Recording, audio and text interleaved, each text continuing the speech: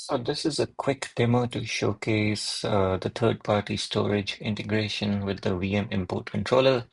For the purpose of this demo, I am using a single node Harvester cluster, which is running 160 RC6.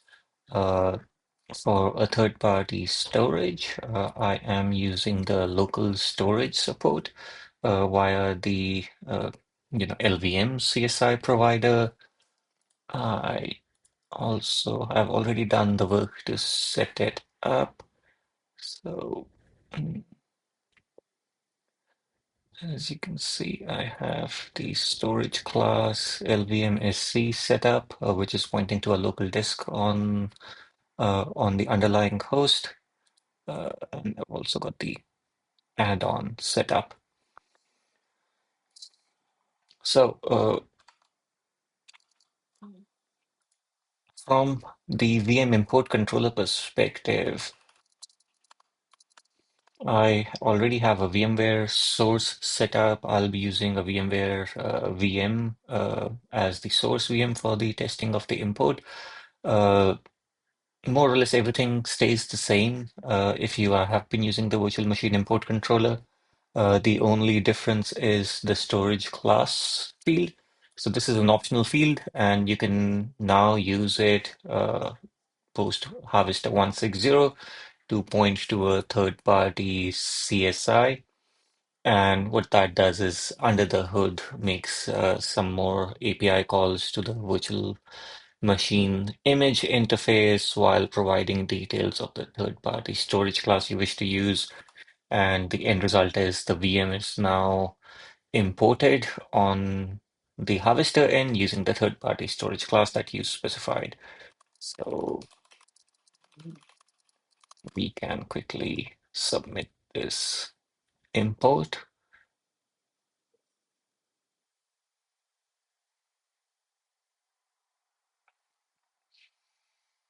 And this should take a few minutes, but we should soon see image being imported here using the LVM SC storage class.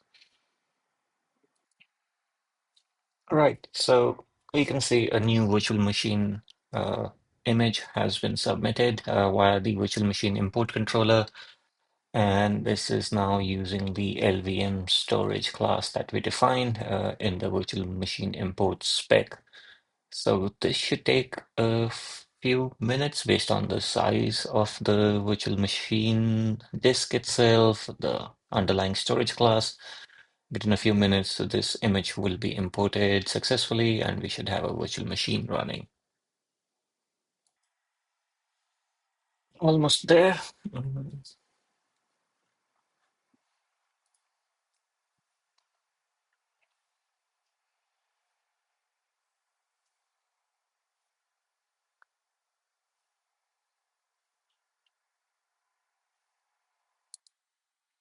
Right, so the image is now imported, and a virtual machine has been started using the volume from the newly imported image.